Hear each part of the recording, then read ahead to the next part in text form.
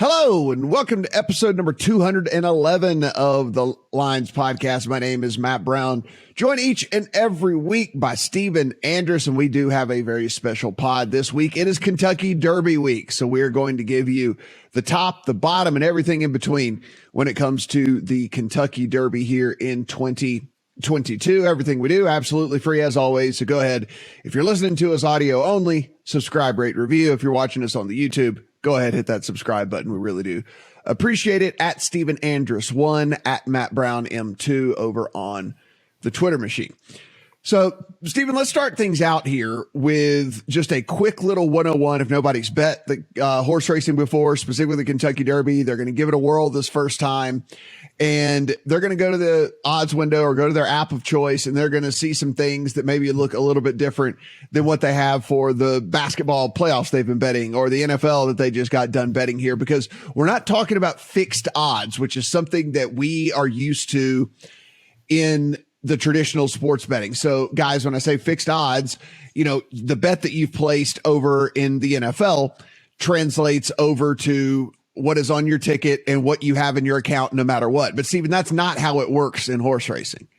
Absolutely. Your odds do not lock in until the gate opens and the race begins. So people will literally be rushing to get some bets in seconds before the race begins. And it's not until you hear that bell ring and the race begins where your odds are locked in. So a lot of the money, especially when we're talking about a race with more than 100,000 people in attendance, a lot of the money will come in the 30 minutes or less prior to the race from Churchill Downs. And that could have massive odds fluctuations. So that's the first thing to remember.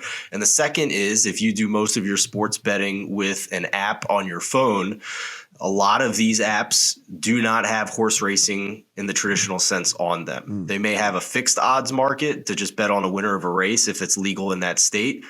Most of them it's not. So, for example, one of our partners, BetMGM and FanDuel, they will navigate you over to their sister horse racing site. Long story short, you can just go to any of the million Kentucky Derby posts that we have at thelines.com. You'll see a button to go to TVG. You can sign up, bet on the Kentucky Derby, and by using that link, you're going to get up to a $200 risk-free bet on picking a winner for the Derby as well. And with betting over at TVG, you're basically getting at home the same experience you would get at the track, which is what we're trying to mimic for you as closely as humanly possible. So that is something. But again, you know, if you go and you bet on the horse and you see at the time that it's 22-1, just know, depending on how much money gets put into this pool, it's pari-mutuel betting. Everyone around the country is betting into the same pool. No matter how much money gets, how much money gets put in there, that 22-1 could get longer. Your guy might end up being 27-1, or it could end up getting shorter. Your guy could end up being 17-1 or whatever it is by the time that the race actually goes off. So just understand that, unlike whenever we race to get the best number at the NFL game or race to get the best number in an NBA game, it doesn't matter when you place the bet. The only thing that matters is the number at the time of, as Stephen said, when you hear that bell and these guys take off out of the post. And so just don't get confused whenever you look at your ticket and it doesn't show you the payout like it does on any other bet, because they don't know what your payout is going to be. And we'll have to get that figured out as well whenever the race is over. Now, Stephen, what are some of the very most common ways just to bet the Kentucky Derby? I know there's tons of different ways you can bet just the day overall in general out there at Churchill Downs, but let's just talk about just the Kentucky Derby in general. What are the most common ways people are going to bet this race? Sure. The most popular ways are a win bet, a place bet, and a show bet, which generally just means you're betting on the horse to win, to either come in first place, come in second place, or come in third place. And to clarify that, if you place a place bet, they can come in the top two and you'll win that bet. If you place a show bet, they can finish in the top three and they can win that bet.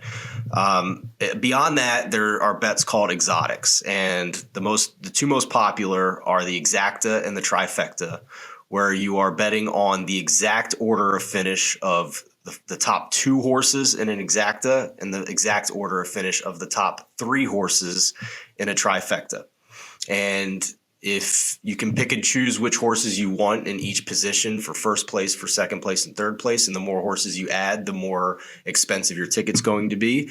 Or you can do the more simplified method and just box it. Like if you go to the lottery and you're doing a pick three and you box your numbers, it doesn't matter what order they come in, as long as it's those numbers, you're going to win your ticket. The same thing applies to an exacta and a trifecta. If I box the 4, 6, and 8 horse and the race finishes 6, 8, 4, I still win that bet. So those are the two most popular. And then the real long shot in the Kentucky Derby, the huge moneymaker, the one that we have seen 6-figure payouts with a couple long shots that have come in over the years, is the Superfecta.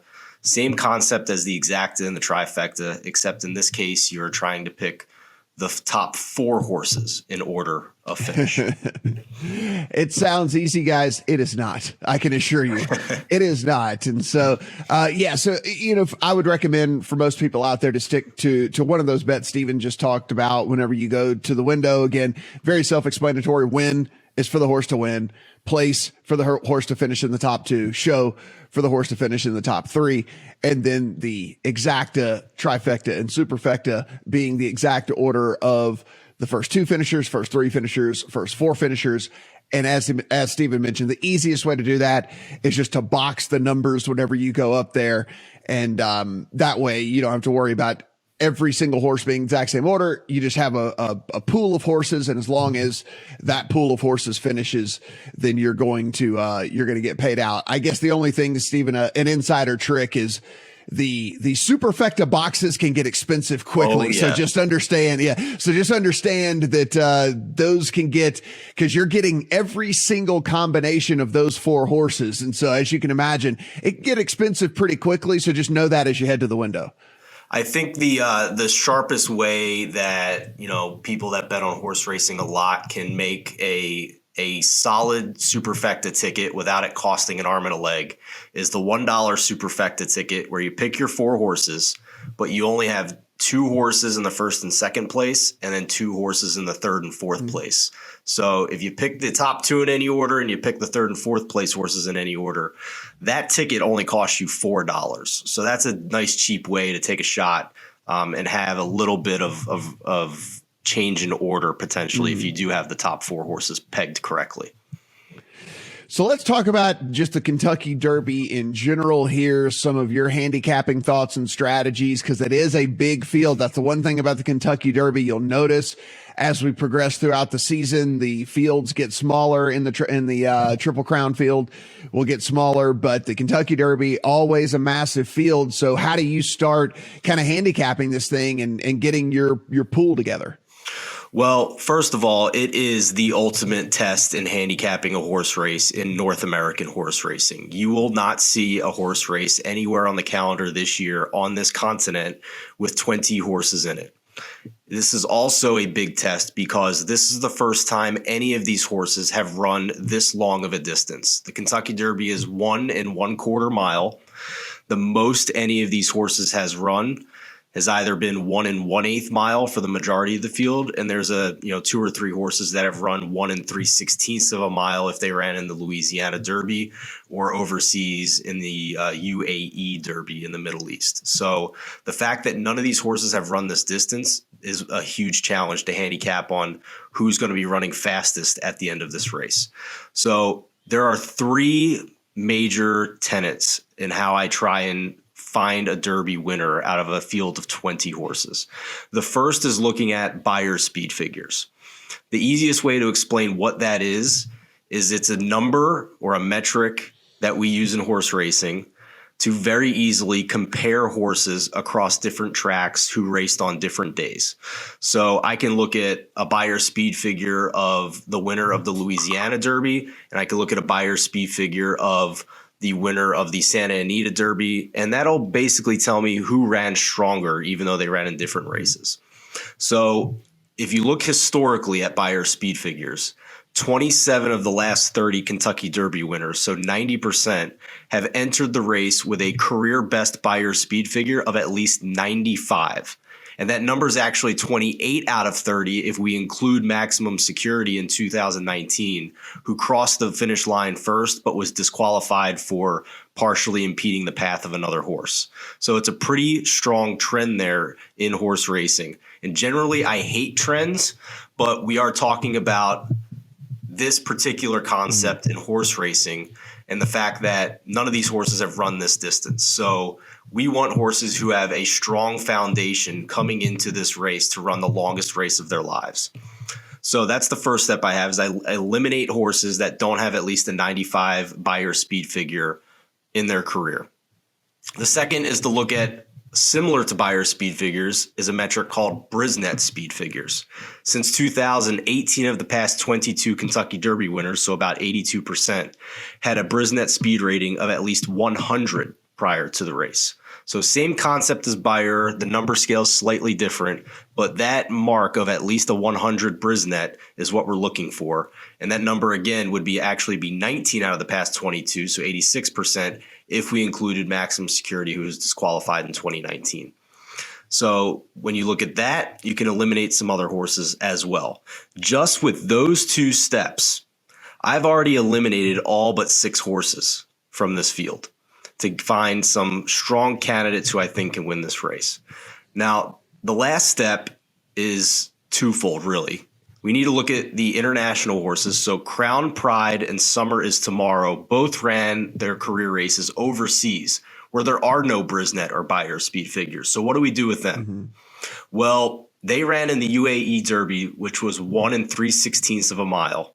The winning time was 1:59.76 seconds. Well, the Louisiana Derby was run at the same exact distance, and Epicenter ran that race and won it in 1:54.38.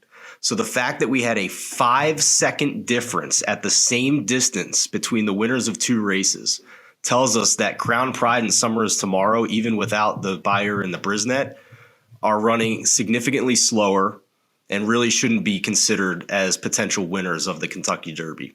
And you'll find that sometimes you have rich owners of these horses that just want to come over to Kentucky and have the experience and the spectacle of running in the Kentucky Derby.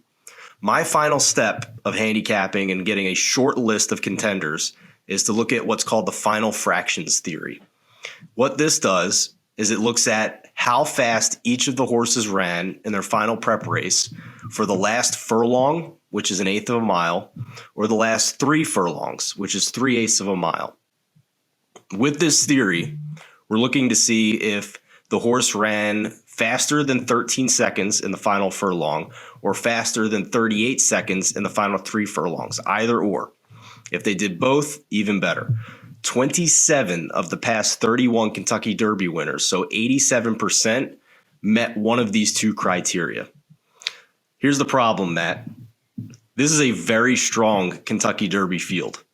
I told you I shortlisted 6 horses before I got to the final fractions theory. All 6 of them met the final fractions theory as well. So now we have to get down to a little tougher situation here and figure out, really splitting hairs to see who we like. So those 6 horses that I'm considering on a win ticket: Mo Donegal, Epicenter, Zandon. Early voting I was considering, but he's now scratched. So we're actually down to 5 horses. Taiba and Messier are the 5 horses I'm considering on a win bet here. So that gives you an idea of a little bit of insight how I look to find a winner in this race. So with those 5 horses, what would you be doing? Let's just say you're Joe Better, your casual better A here. You've got this whittled down to 5 horses. How are you going about putting in your bets for the Kentucky Derby on those 5 horses? It's really a great question. And we've talked a lot about facts and figures to this point, Matt. Well, now we start getting into beliefs and what you as a handicapper personally believe and value in this race. For me, the next step I took is, did they race as a 2-year-old horse? All of the horses in the Kentucky Derby are 3 years old. And the races that happened since January 1st are considered their 3-year-old career. So if a horse did not race as a 2-year-old, that's a red flag for me. Because Justify in 2018, who happened to win the Triple Crown, one of the greatest horses we've ever seen. It was a super horse. Was the first horse since Apollo in 1882 to win the Derby after not racing as a 2-year-old. Taiba, admittedly, I have never seen a horse put up back-to-back 100-plus Beyer speed figures in their first 2 career races. And it just so happens that Taiba was trained by Bob Baffert, the same trainer who had Justify and broke this curse in 2018. So is it possible it could happen again and Taiba is the next super horse? It's in the range of outcomes, admittedly. But I'm going to go with the overwhelming majority of history of how difficult it is for a horse that is lightly raced to win the Kentucky Derby. Justify only had 3 races before he won the Derby. Taiba would break that record, only has 2 career races if he goes on to win the Derby. So I'm going to eliminate Taiba as a win bet consideration. Also admitting that it is possible Taiba is in fact a super horse. So we'll see. But a lightly raced horse like that, it's difficult for that horse to overcome a lot of traffic. We don't know how they're going to handle a giant crowd of 100,000 plus people. If it's hot that day, did they run in hot conditions? If it was cold that day, did they run in cold conditions when they only have 2 career races? So Taiba's a big storyline in this race that people are going to have to take a stand either for or against. And the last thing I'll mention, Matt, is to beware of closers. And what I mean by that is that horses have different running styles across this field of 20 horses. You have front runners that like to be at the front of the pack. They have early speed out of the gate so that they'll be near the top of the pack on the back stretch. You have stalkers, which will be just behind those leading horses. And then you have middle pack, and then you have closers and deep closers. And as you can probably guess at this point, those are the horses that start slow and save a lot of energy for the end of the race. Not necessarily anything wrong with a horse like that in a normal race. But in the Kentucky Derby, where we now have 20 horses, and you're asking them to navigate traffic for 1.25 miles after a slow start with dirt getting kicked in their face and bumping and grinding back and forth between horses, it's a difficult task to start from the back and get all the way up to the front and win the Kentucky Derby, unless there are just suicidal fast fractions in the first half of the race, if it just goes too fast. So with that in mind, among that short list of candidates I have, I eliminated Mo Donegal and actually the morning line favorite, Zandon, because I'm concerned that they are not going to start fast enough and have to navigate a lot of traffic. So that leaves me with 2 horses. Leaves me with Epicenter and Messier. And if I'm betting $100 on the Derby, I'm probably going to put $20 on both of those horses, unless one of them dips to like 2-1 or something, and then the odds will just be too short for me to consider. But using kind of this process of elimination to find win bets, I landed on Epicenter and Messier, and I was very pleased to see that Zandon is the early morning line favorite, and I hope that holds so we get value on these other 2 horses. So one of the stories as we head in is certainly going to be the weather. And as we sit right now we are recording this on Tuesday morning, so there's a lot of time left between now and Saturday. That being said, as we sit right now, there are chance of rain on Friday in Louisville is 90%. Friday night is 70%. Saturday during the day, which we know this is raced during the day, a chance of showers with thunderstorms possible after 2 p.m.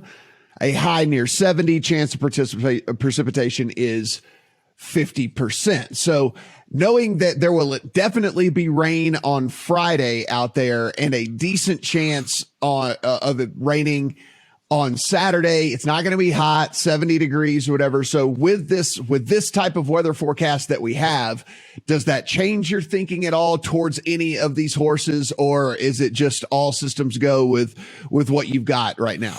So with the Kentucky Derby being at Churchill Downs, we are talking about a state-of-the-art track with one of the elite draining systems that there is in horse racing. So if there's rain in the morning, the track can handle it, and there's a chance that it's still running pretty fast by post time, closer to 7 p.m. on Saturday evening.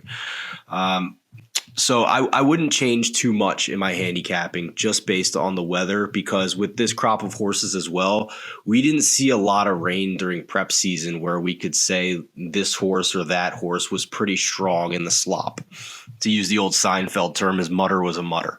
But yeah, Right. So I'm not going to try and overreact to the weather conditions if that winds up being the case, and still try and trust these other metrics, these other historical precedents that have held so strong over the years in the Kentucky Derby, instead of trying to guess which horse is going to handle the mud better than the others. And the other thing I'll mention is that there has been some talk in Derby circles so far on race week here, talking about whether or not we will have a really fast pace up front. You have Epicenter, who likes to go, and you have two horses to his outside in the post that also like to go fast. So what they call a speed duel, if that happens early, there's a debate whether or not the horses at the front of the pack will break down and not have anything left in the tank for the home stretch. In my experience covering the Kentucky Derby, since they moved to a point system to get horses into the field, in other words, they had to earn their way into this field. Mm-hmm. We are talking about the class of the class. There are no longer cases where, inferior horses that have only run well at 6 or 7 furlongs, sneaking their way into this field, just running fast in the front and sucking in some other contenders and tiring them out. If a moderately paced first half mile is 48 seconds, in the points era, it is very rare for us to see a 45 or a 46-second first half mile. So I am anticipating a moderate pace.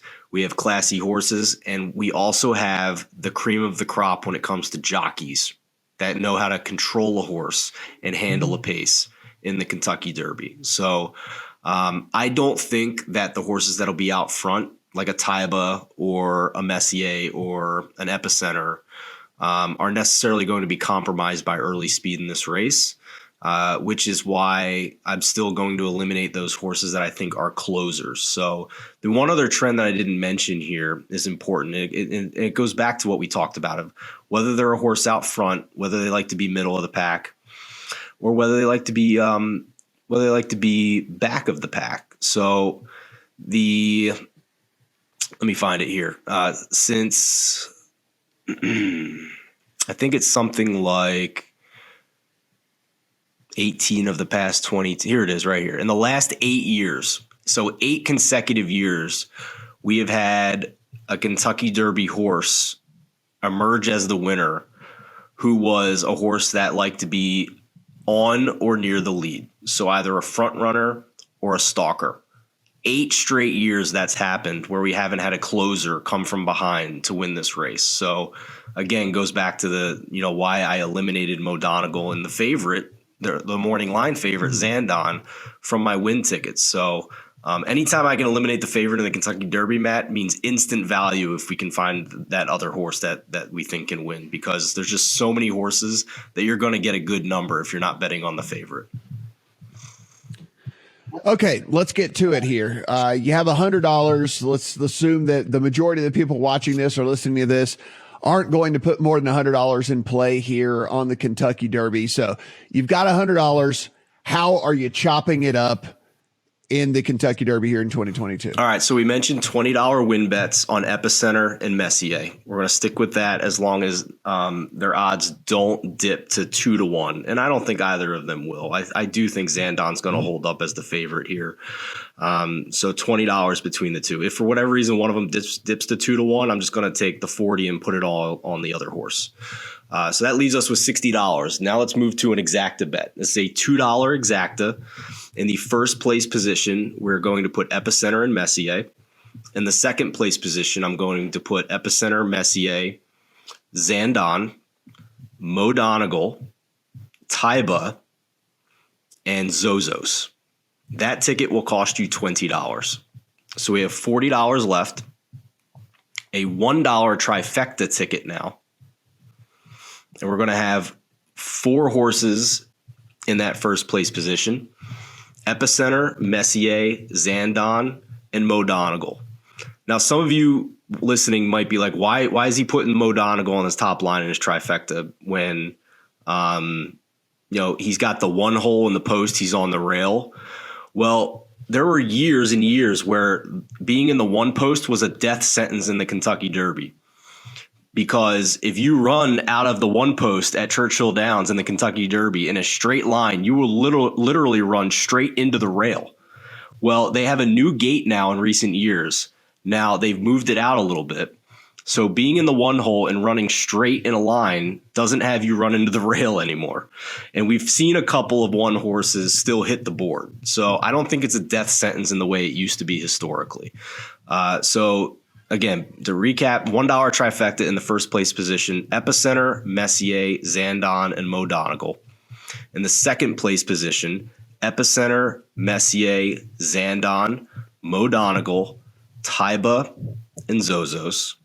Third place position, Epicenter, Messier, Zandon, Mo Donegal, Taiba, and Zozos. That ticket will cost you $24. And finally, we're going to take some lottery ticket stabs here, Matt. It's the Kentucky Derby. We're going to try and hit something for 5 or 6 figures here. I don't have any crazy long shots here, so it's probably a 5-figure one if it hits. So we'll give it a shot. Hopefully, try to win 10 grand here. $1 Superfecta ticket. Overall, this ticket will only cost you $12. In the first place position and the second place position, Epicenter and Messier. In the third and fourth place positions, Mo Donegal, Zandon, and Taiba. And that leaves us with $4. One more Superfecta ticket.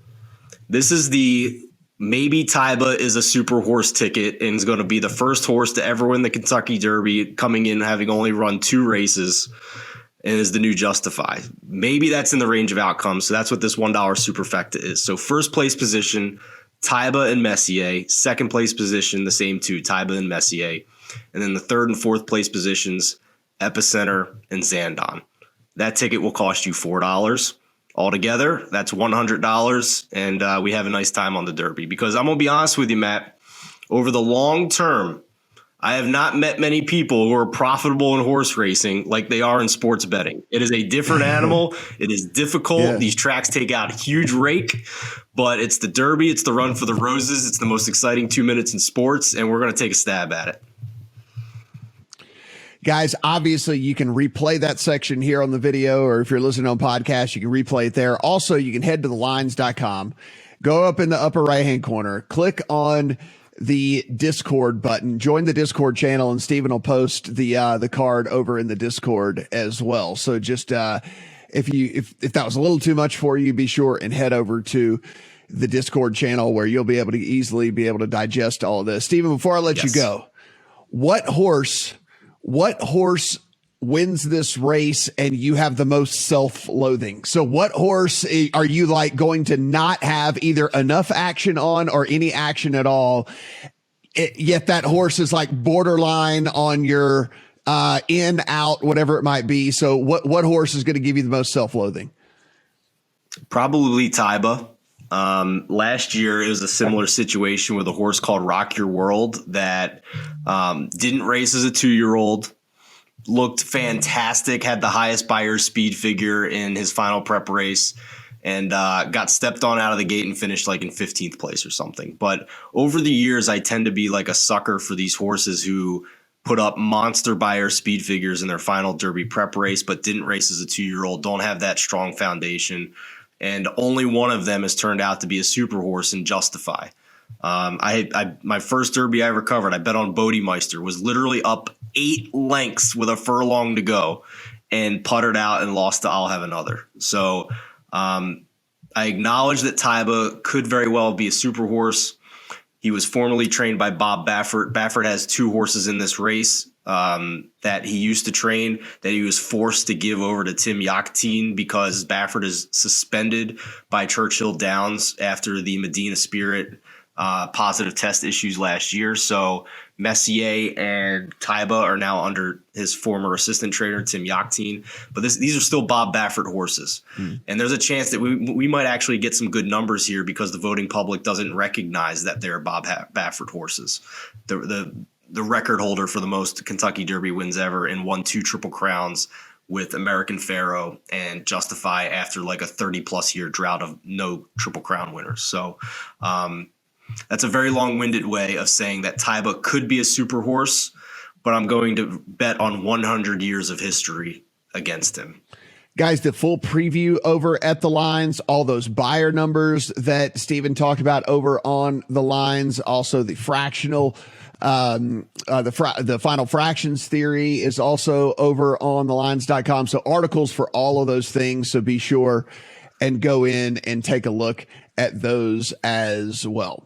You can follow Stephen on the Twitter machine at Stephen Andress 1. You can follow me at Matt Brown M2. Subscribe, rate, review, do all the stuff. Hit the buttons that you know how to hit if you're watching over on YouTube as well. And good luck on all your bets here, Kentucky Derby 2022.